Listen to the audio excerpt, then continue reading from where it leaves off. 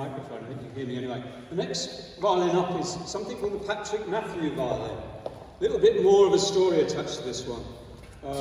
I once did some research into who actually discovered the theory of the evolution by natural selection and how did he influence Darwin. And there's a guy called Patrick Matthew who first got the entire theory in 1831.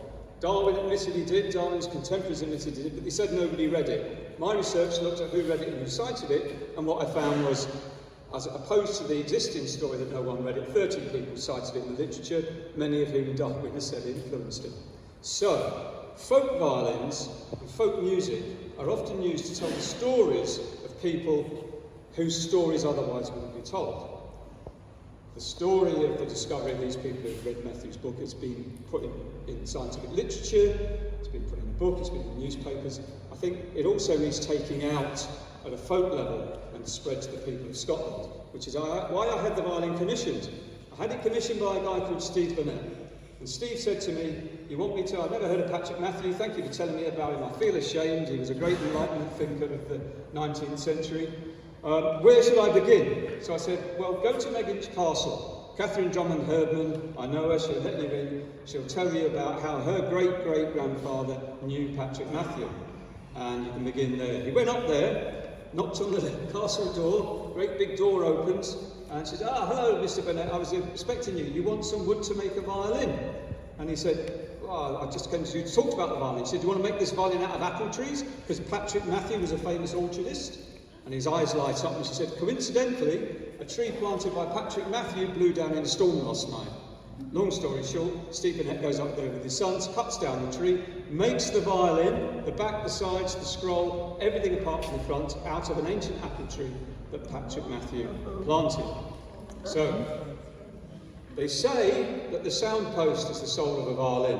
Well, if Matthew planted the tree, and they say that whoever plays a violin leaves their soul inside it, well, this tree, planted by Matthew, now turned into a violin, may well contain something of the spirit of Patrick Matthew.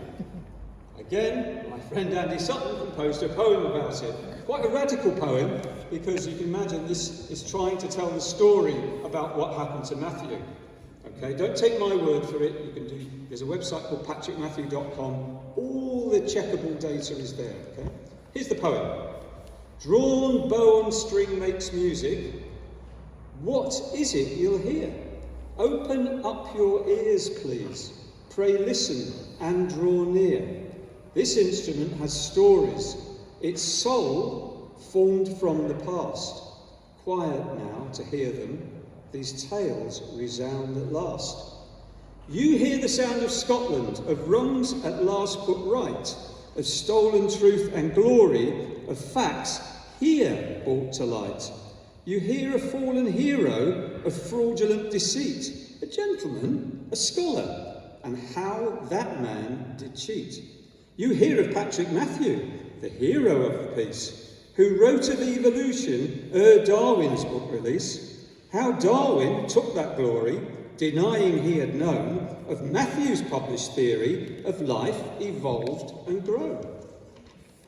Steve Burnett used fine timber. From dolomites came spruce, a master craftsman shaping the best he can produce, blending driftwood with wood from an ancient apple tree, from Megginch Castle's grounds in the Castle Gowrie. So listen and take joy from the music in your ears, so sweet the sound of justice, uncovered over years.